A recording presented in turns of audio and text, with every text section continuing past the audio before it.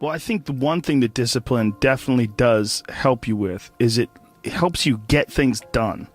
And when you get things done, when you actually do things, you have more success.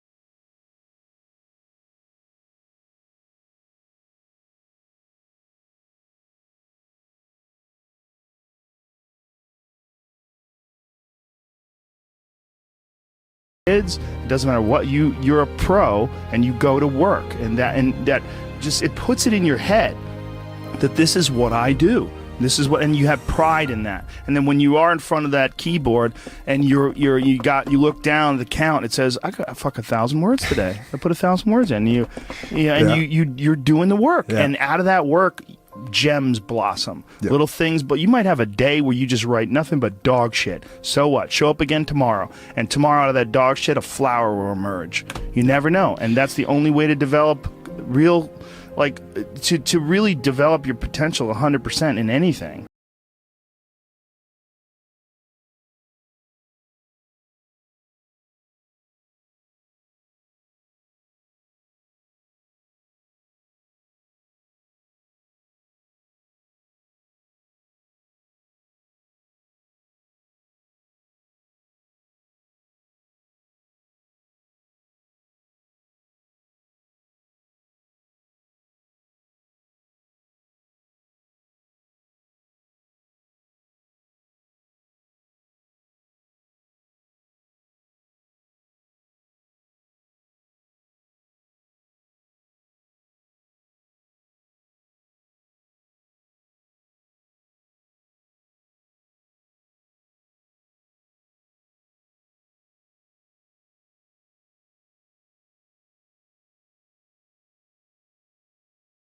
Approach that. I mean, I think you get involved. This is what I've chosen to do, is get my kids involved in martial arts and give them the opportunity to pursue difficult things, and understanding that through pursuing these difficult things, like in accomplishing stuff, like you learn something about yourself. You learn that you have this ability inside of you to overcome. Get obsessed with life improvement. Find things that you enjoy doing that are difficult, do them and get better at them. It seems so simplistic. It seems like a ridiculous, idealistic point of view, but it's effective. Well, you need some amount of pride and some amount of ego to get good at things in the first place, because it's such a counterintuitive notion, because you have to have a belief in yourself. You have to be able, like when you start out at jiu-jitsu, you're a white belt. Like, I remember being a white belt and being like, oh my God, I am fucking never gonna get good at this. I'm gonna suck forever.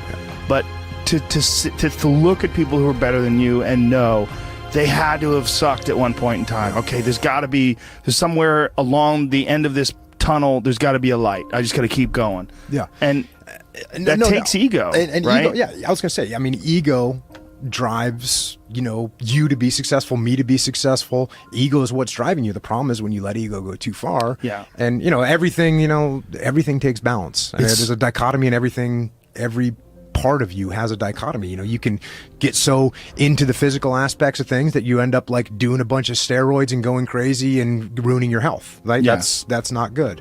Right. The other end of the spectrum, you can sit around and play video games and turn into a... Bodybuilding is a great example of that, because when you start lifting weights, you're like, God, I'd like to be stronger. And you start getting a little bit bigger. You're like, oh, look at that. I got a muscle. Woo, this is cool. And then you keep going, and then you keep going. But some guys get so fucking crazy, they won't stop until they have 22-inch arms. And they want to have thighs that are so big, they have to walk like they've got a barrel in between their legs. And, and they just can't help it. They just take it to some completely unhealthy place. Yeah, that's rough.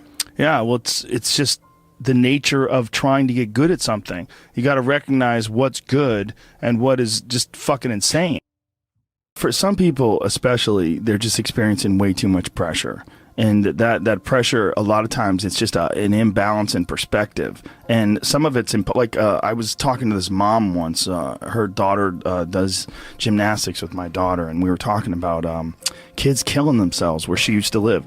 She used to live in one of the really wealthy tech areas outside of San Francisco, and a bunch of kids that went to school with her daughter that were like 15, 16 were jumping off bridges and shit. Like, it was like an epidemic. And they were trying to figure out what the fuck is going on, and they're literally calling it affluenza. That these affluent kids and their families are literally worth $1 billion. I mean, everybody's super rich, and they're having this insane pressure, like before high school and in high school, to be in Ivy League schools and to get 4.0s and all, and they're not having any fun, and they're not experiencing life, and they don't have any hope, and their parents are all on fucking pills, and they're just killing themselves. For some people out there that aren't feeling good, man, if you just fucking struggled more, you get over that struggle, you feel better. It sounds so simplistic, but I swear by it. I've felt shitty myself, and then forced myself to work out, and after I get out of there, I'm like, whoa! 100%. Fucking it's 100% guarantee. It's hard for people to break momentum, too. Momentum that's good momentum, or momentum that's bad momentum. When I get on a good groove of working out all the time, I feel it. Like, after I'm done working out, I'm like, yeah, I can't wait to get in there again. I can't wait to work out again. That's the good momentum. But then there's that bad momentum, like you get injured or something like that, and you can't do anything for a couple of weeks, and then to try to get that kickstart that motor up again, it's hard to get momentum. There's a lot of people.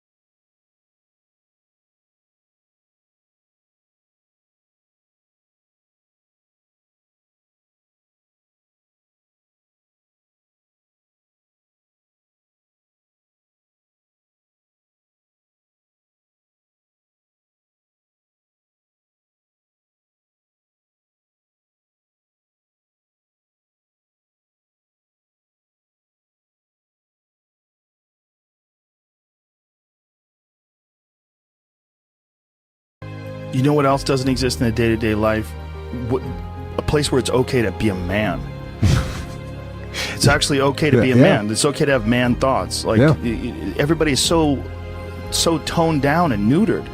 It's like human resources and corporate life has watered down people's natural behavior to the point where people are just dying on the inside, sitting in these fucking cubicles, rotting. Just freaking the fuck out, having all these thoughts they can't entertain, having to pretend to be someone they're not all day long, putting on this bullshit way of talking, this fake way of thinking. Everybody's got to subscribe to whatever fucking ridiculous policies their company wants to enforce, and you're just a robot, and you get out of there and you just want to scream. It's this fear of discomfort. People have this extreme feeling in their mind when it comes to their associations with exercise. They want to avoid discomfort. They feel like any type of exercise is just like something to be avoided. That's not for me. Fuck that. I don't want to sweat. I don't want to strain.